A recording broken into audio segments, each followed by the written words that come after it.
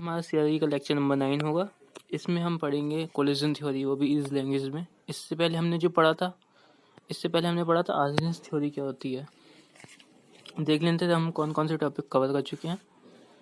हमने इससे पहले वाली जो पढ़ी थी आर्गेनिक्स थ्योरी पढ़ी थी, एलिमेंट्री नॉन एलिमेंट्री रिएक्शंस पढ़ा था, chain reaction non chain reactions पढ़ा था, और order reaction, molecularity, rate constant equation,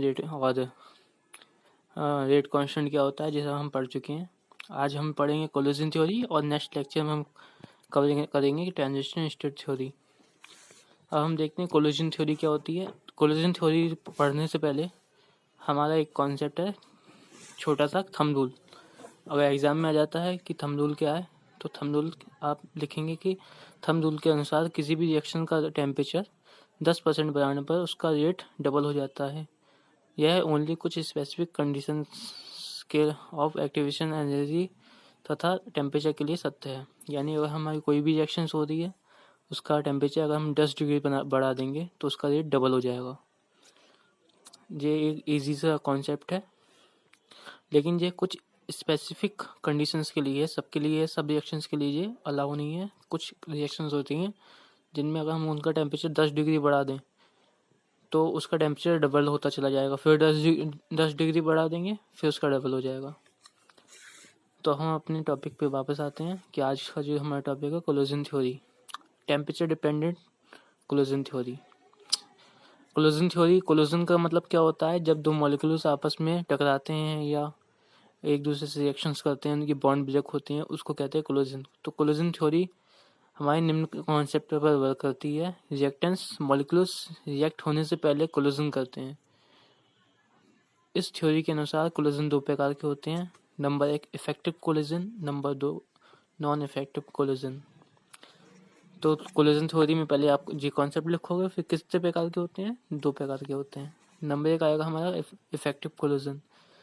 तो इफेक्टिव कोलिजन वह कोलिजन होता है जिसमें रिएक्टेंट के पास, जो रिएक्टेंट होता है, जो हमारा इधर वाला होता है, कोई ए रिएक्टेंट है जो प्रोडक्ट भी बना रहा है, तो जे वाला क्या हुआ, रिएक्टेंट जिसके। तो इफेक्टिव कोलिजन वह कोलिजन होता है जिसमें रिएक्टेंट के पास वह एनर्जी होती है जिससे वह बॉन्ड ब्रेक कर सके, यानी इसके पास एनर्जी होती है, वो कहलाता है इफेक्टिव कोलिजन। नॉन इफेक्टिव क्या होता है, नॉन इफेक्टिव कोलिजन वह कोलिजन होते हैं जिनके रिएक्टेंट में इतनी एक्टिवेशन एनर्जी नहीं होती कि वे अपने बॉन्ड को ब्रेक कर सकें, यानी वो बॉन्ड तोड़ ही नहीं पाते, उनमें इतनी एनर्जी नहीं होती है, वो नॉन इफेक्टिव कोलिजन होता है। इसके द्वारा प्रोडक्ट नहीं बनता, यानी ये प्रोडक्ट नहीं बनाती है, ये रिएक्शन पूर्ण ही नहीं होती है।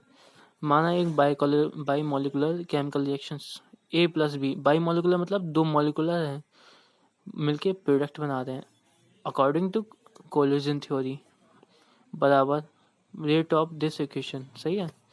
तो इसके लिए हम रेट लॉ क्या लिखेंगे, -RA बराबर कोलिजन रेट, और ब्रैकेट में लिखेंगे fraction of effective collision. Fraction of effective collision को क्या कहेंगे, e⁻⁻ (E/RT). किसी भी गैस मिक्सचर के मॉलिक्यूल्स A व B के बीच में collision rate kinetic theory of gas के द्वारा डिफाइंड किया जाता है। यानी कोई गैस की 2 मॉलिक्यूल हैं, वो एक दूसरे में जो कोलिजन रेट है उनको किससे डिफाइंड करेंगे, काइनेटिक थ्योरी ऑफ गैस से। ये हमारी इक्वेशन लिखेंगे, ये हमारी कोलिजन रेट की इक्वेशन होगी। This equation is present temperature dependency of the reaction rate constant from the collision theory. Collision theory के बाई मॉलिकुलर रिएक्शन को ही हम सेटिस्फाई करती है, परंतु यूनिमॉलिकुलर के लिए केस में यह थ्योरी फेल हो गई। यानी जो कोलिजन थ्योरी है वो जो हमारा है बाई मॉलिकुलर के लिए ही सत्य है, 2 मॉलिकुलर के लिए सत्य है। सिंगल मॉलिक्यूल जो क्या लिखा नहीं, यूनिमॉलिकुलर रिएक्शन के केस में यह थ्योरी फेल हो गई, सिर्फ बाई मॉलिकुलर रिएक्शन को ही सेटिस्फाई कर पाई। अगर कोलिजन थ्योरी एग्जाम में आती है तो आप यहाँ से लिखेंगे कि कोलिजन 2 प्रकार के होते हैं, effective collision, non effective collision. Effective collision क्या होते हैं, जिनके पास एक्टिवेशन एनर्जी होती है बॉन्ड ब्रेक करने के लिए। नॉन इफेक्टिव कोलिजन क्या होते हैं, जिनके पास एक्टिवेशन एनर्जी नहीं होती अपने वो बॉन्ड ब्रेक कर पाएँ।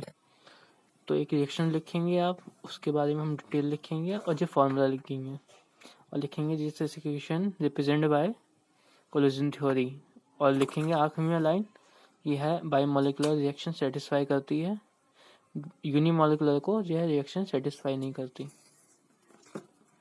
नेक्स्ट वीडियो में हम कवर करेंगे ट्रांजिशनल स्टेट थ्योरी। आपको इस थ्योरी में कोई भी किसी भी प्रकार का डाउट हो तो कमेंट में लिख देना। बाकी हम जो वीडियो क्लोज करते हैं।